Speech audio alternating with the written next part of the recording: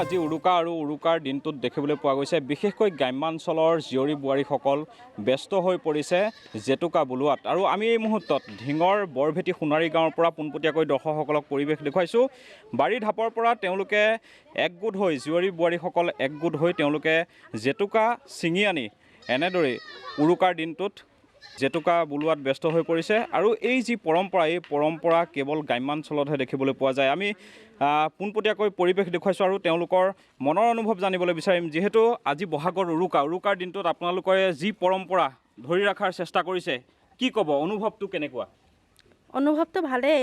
আমি উৰুকাৰ দিনাখন আমি মানে সকলো বোৱাৰী জীয়াৰী আমি সদায় একলগ হৈ পেলাই মানে প্ৰতিটো বিহুতে বহাগৰ বিহুত আমি যাৰ ঘৰত জেতুকা আছে আনি পেলাই মানে এনেকৈ সমূহীয়াকৈ মানে পিচি লগাওঁ আৰু তাৰপিছত আমি মানে হুঁচৰি গাবৰ কাৰণে এইখিনি হেৰি কৰোঁ বিহু পিছদিনাখন।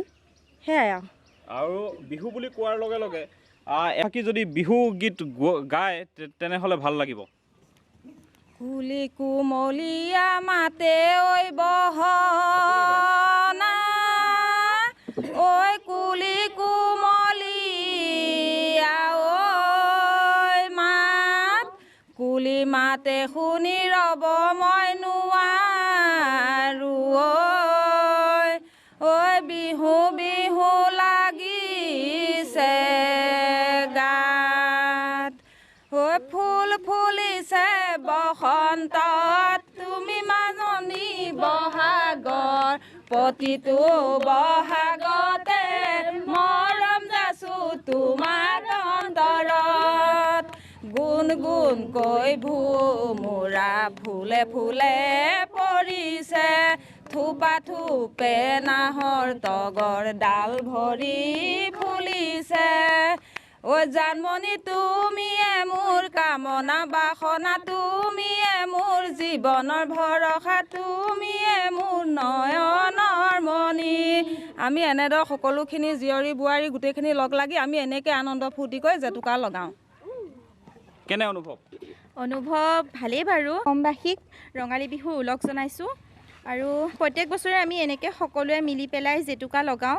যিহেতু আজি উৰুকা আৰু তাৰপিছত ৰাতি হ'লে পিঠা পনা বনাম আৰু প্ৰত্যেকবাৰতকৈ এইবাৰ অকণমান সুকীয়া, যিহেতু আমাৰ মাজত জুবিন দা নাই। তথাপিও আমিতো যিহেতু অসমীয়া, সেইটো ৰঙালী বিহুটো পালন কৰিবই লাগিব। সেয়া আৰু এনেকৈ চলাই আহিছোঁ।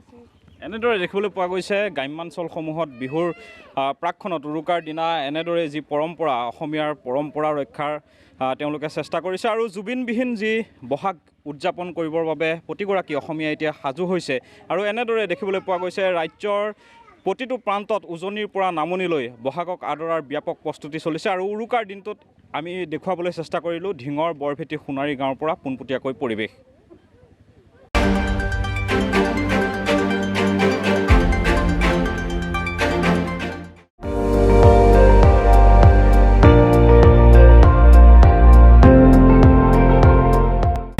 আপুনি চাই আছে ND24, সৰ্বশ্ৰেষ্ঠ নহয় সৰ্বোত্তমৰ দৌৰত।